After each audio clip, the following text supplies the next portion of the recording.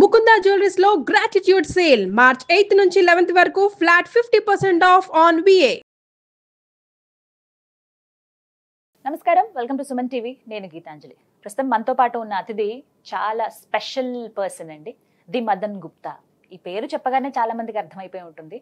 వారు వృత్తిరీత్యా ఒక డాక్యుమెంటరీ డైరెక్టర్, కానీ వారు చేసేటువంటి పరిశోధనలు మనలాంటి వాళ్ళకి ఒక మార్గదర్శకాలుగా అయిపోయాయి. ఎందుకు అనంటే వారు చెప్పే ప్రతి అంశం కూడా ఇలా ఉంటుందా, మన పురాణాలు కానీ ఇతిహాసాల గురించి కావచ్చు, అలాగే మన చరిత్ర గురించి చాలా అంటే అందరికీ అర్థమయ్యే రీతిలో వారు వివరిస్తూ వస్తున్నారు. మనందరికీ కూడా ఇలా జరిగిందని మనమే ఆశ్చర్యపోయేటువంటి అలాంటి అనుభూతులకి మనం లోనవుతాము. ఇవాల్టి అంశాలు ఏంటంటే చాలా ముఖ్యమైన విషయాలు మాట్లాడబోతున్నాం. ఇవన్నీ కూడా వారి మాటల్లో ఇవాల్టి డిస్కషన్లో మీరు చూడబోతున్నారు. ఇక ఆలస్యం చేయకుండా ఇంటర్వ్యూ ప్రారంభిద్దాం. మదన్ గుప్తా గారు, నమస్కారం సార్. నమస్తే అమ్మా. ఎలా ఉన్నారు? బాగున్నావమ్మా. సార్, ఇప్పటికిప్పుడు భారతదేశానికి చైనాకి గనక యుద్ధం జరిగితే ఎవరి బలాలు ఎంత ఉన్నాయి అంటే జరగాలి అనే ఉద్దేశం కాదు, ఎప్పటికప్పుడు ఆ పరిస్థితులు చూస్తూనే ఉన్నాం మనం. ఎప్పుడు వచ్చినా సరే చైనా ఏదో ఒక కుటిల బుద్ధితో ముందుకు రావటం కావచ్చు, అలాంటివి చేయటం ఎంతో కొంత నష్టం కలిగించే ప్రయత్నం చేయడం కానీ చూస్తున్నాం. ఒకవేళ యుద్ధం అనేది వస్తే గనక ఎవరి బలాలు ఏంటి, ఇవి మాట్లాడదాం సార్. మీ మాటలో వివరించండి. ఒకటి, మనం China strengths, weaknesses and India strengths and weaknesses, ఈ రెండింటినీ మనం బేరీజ్ వేసుకోగలిగితే ఈ ప్రశ్నకు ఖచ్చితమైనటువంటి సమాధానం దొరుకుతుంది. చైనాకు ఉన్నటువంటి స్ట్రెంగ్త్ దాని పాపులేషన్ అండ్ సైన్యం యొక్క పరిధి, దానికి ఉన్నటువంటి అమ్యునిషన్. అయితే వాళ్ళకు ఉన్నటువంటి అమ్యునిషన్లో యాక్యురసీ ఎంత అనేది పెద్ద ప్రశ్న. ఇంకొక పెద్ద చైనాకు ఉన్నటువంటి సమస్య ఏమిటంటే వాళ్ళల్లో యువకుల జనాభా చాలా తక్కువ.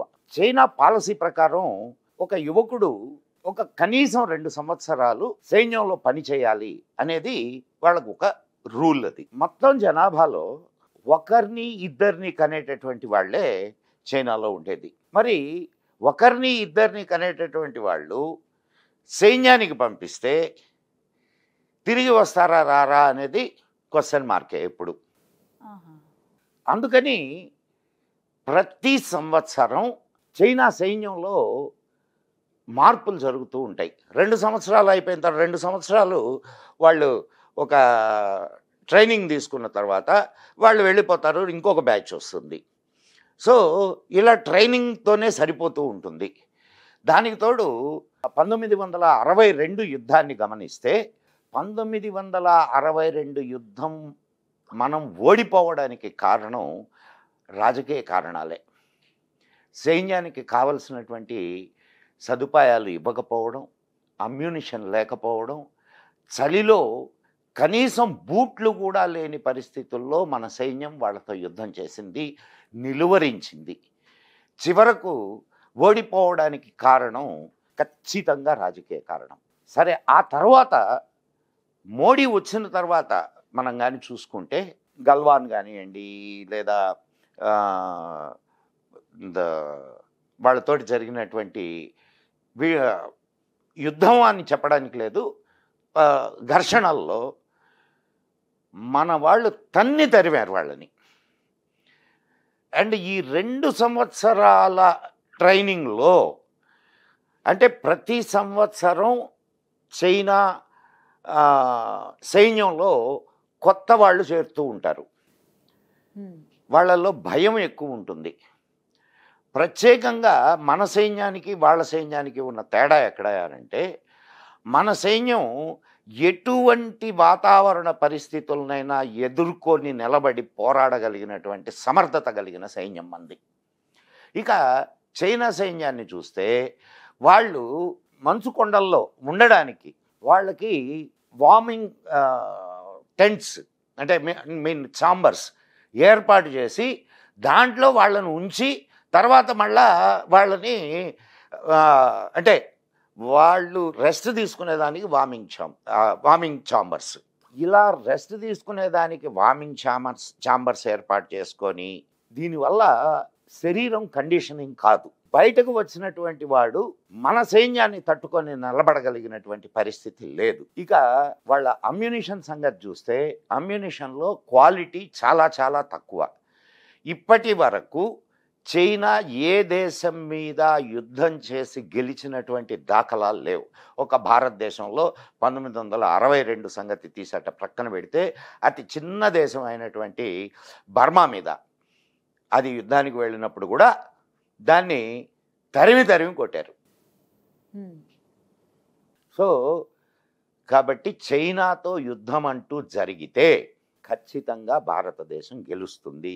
ఈనాడు ఉన్నటువంటి పొజిషన్లో అమ్యునిషన్లో మనం స్వావలంబాన్ని సంపాదించుకోగలిగాం. అండ్ ఇంకొక ఇదేమిటంటే మనమే సొంతంగా అమ్యునిషన్ని తయారు చేసుకుంటున్నాం. భారత్ క్వాలిటీ విషయంలో ఎప్పుడూ కాంప్రమైజ్ కాదు. ఇవన్నిటినీ అండ్ భారత సైన్యం ప్రత్యేకంగా ఒక్క సైనికుడు 10 మంది చైనా సైనికులకు సమానం. కాబట్టి ఈనాటి వరకు ఇప్పుడున్న పరిస్థితుల్లో చైనాతో యుద్ధం వచ్చిన భారతదేశం ఖచ్చితంగా గెలిచి తీరుతుంది. ఈరోజు ఉన్నటువంటి సైన్యం యొక్క పటిష్టత, దానికి ఉన్నటువంటి అమ్యునిషన్స్ అండ్ రాజకీయంగా ఉన్నటువంటి అంటే గట్టి రాజకీయ సమర్థత, ఇవన్నీ కూడా మన భారత విజయానికి అనుకూలంగా ఉంటుంది. అందుకనే చైనా డైరెక్ట్గా మనతోటి యుద్ధానికి రాకుండా ఇటు పాకిస్తాన్ను, అటు బంగ్లాదేశ్ను, ఇటు శ్రీలంకను, ఇటు నేపాల్ను, మాల్దీవ్స్ను వీటిల్ని తన గుప్పెట్లోకి తెచ్చుకొని మనల్ని అష్టదిగ్బంధనం చేయాలనే ఆలోచనలో ఉన్నది. కానీ ప్రస్తుతం ఉన్నటువంటి రాజకీయ పరిస్థితులు దానికి విరుద్ధంగా నడుస్తున్నాయి.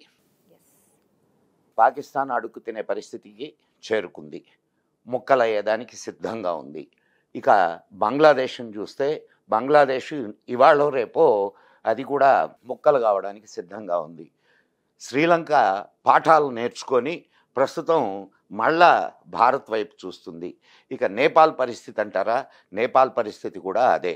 మాల్దీవ్స్కి మంచినీళ్లు దొరక్క ఈరోజు మళ్ళా భారతదేశాన్ని అభ్యర్థిస్తూ ఉన్నది.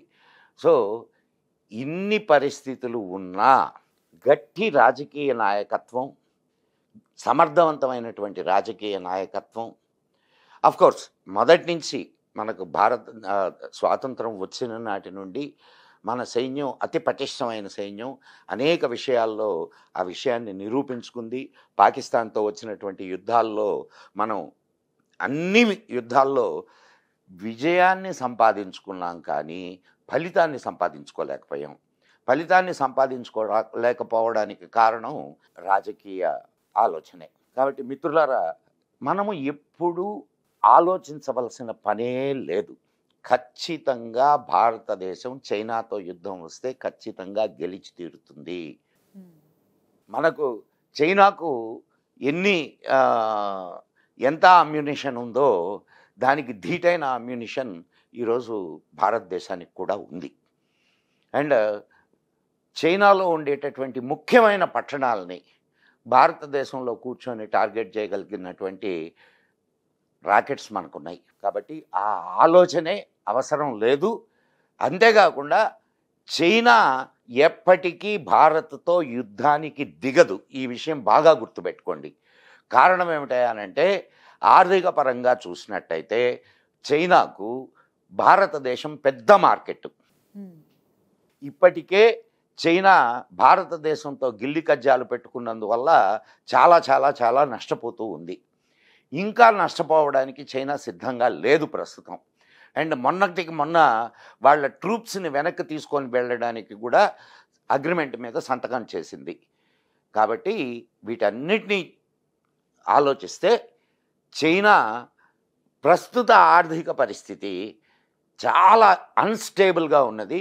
అక్కడ బ్యాంకింగ్ సిస్టమ్ కానివ్వండి, అక్కడ ఉన్నటువంటి రియల్ ఎస్టేట్ పరిస్థితి కానివ్వండి, ఇవన్నీ కూడా చాలా దారుణమైన పరిస్థితుల్లో ఉన్నాయి.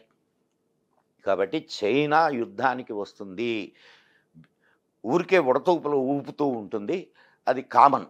చైనా భారతదేశంతో యుద్ధం చేయగలిగినటువంటి సామర్థ్యం, వాళ్ళకి జనాభా ఎక్కువ ఉండొచ్చు, సైన్యం ఎక్కువ ఉండొచ్చు, అమ్యునిషన్ ఎక్కువ ఉండొచ్చు. కానీ అమ్యునిషన్లో కానీ సైన్యంలో కానీ వాళ్ళకి శిక్షణ కొరవడినటువంటి, ధైర్యం కొరవడినటువంటి దేశం అది. కాబట్టి మిత్రులారా, ఖచ్చితంగా భారతదేశం గెలిచి తీరుతుంది వస్తే, కానీ రాదు. ఇది ఈ ప్రశ్నకు సమాధానం అని అనుకుంటున్నాను.